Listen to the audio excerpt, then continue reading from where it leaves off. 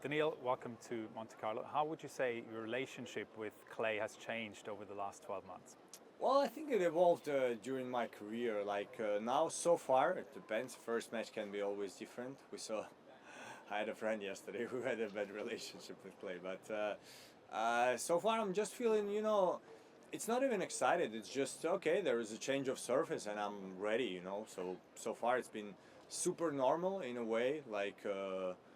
Yeah, I'll try to do my best and see how it goes. If I continue, thinking this way, I think it's only positive, because whenever you start thinking negatively and whining and stuff like this, it doesn't help me. So I hope I can continue this way. You have a friend that has a bad relationship with the clay? Yeah, I mean, I'm not going to tell names, but he left after the match yesterday and was like, yeah, that sucks. What did you do well on clay last season that maybe changed things a little bit that you hadn't done before?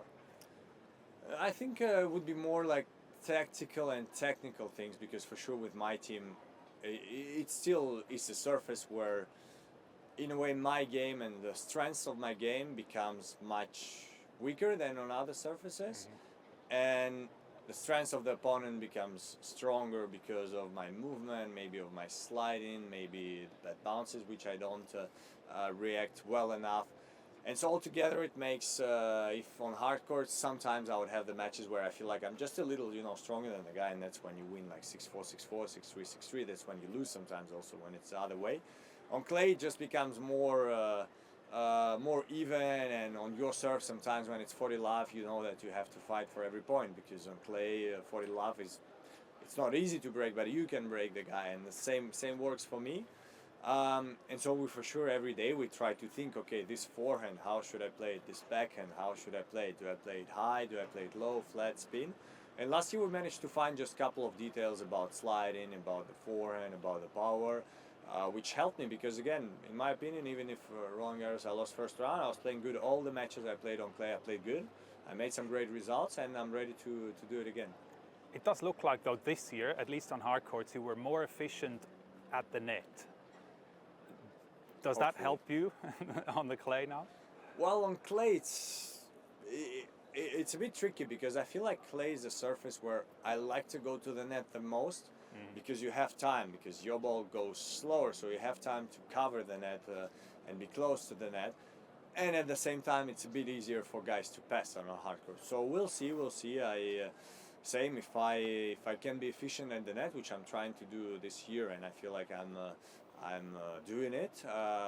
This can help me, because again, in clay, I feel like small details matter even more, because again, there can be a break point, and you know that the deeper you play, the more chances of a bad bounce for your opponent, and same for him. So sometimes it's small details, that makes a difference. Given how well you've played over the last months and year as well, it's a bit odd to say that your last title actually came on clay in Rome. Is that something? Is that something that worries you?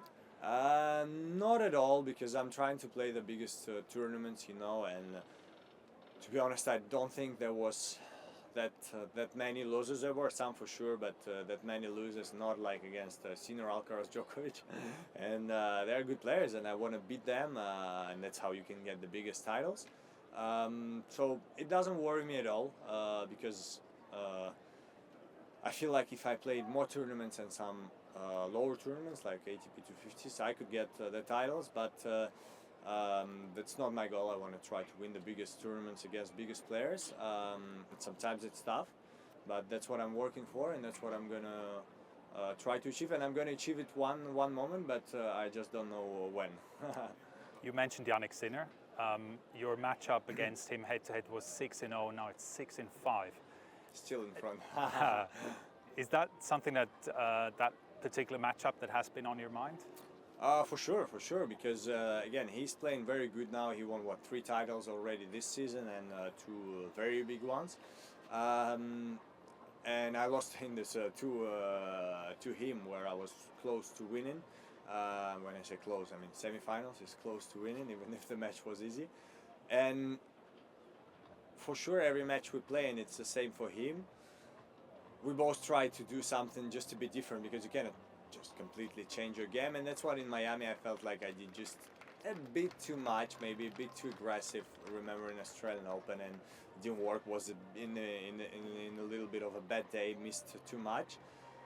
Clay is different, so if I play him on clay, actually, I would even consider it as a new matchup because it's going to be the first time we play on clay, and it's going to be different. You cannot play like on hard court. So, but definitely, you know, if I ever play Yannick, it's for the moment when we're top 4, it's in the semis, and it's a great challenge. Yeah.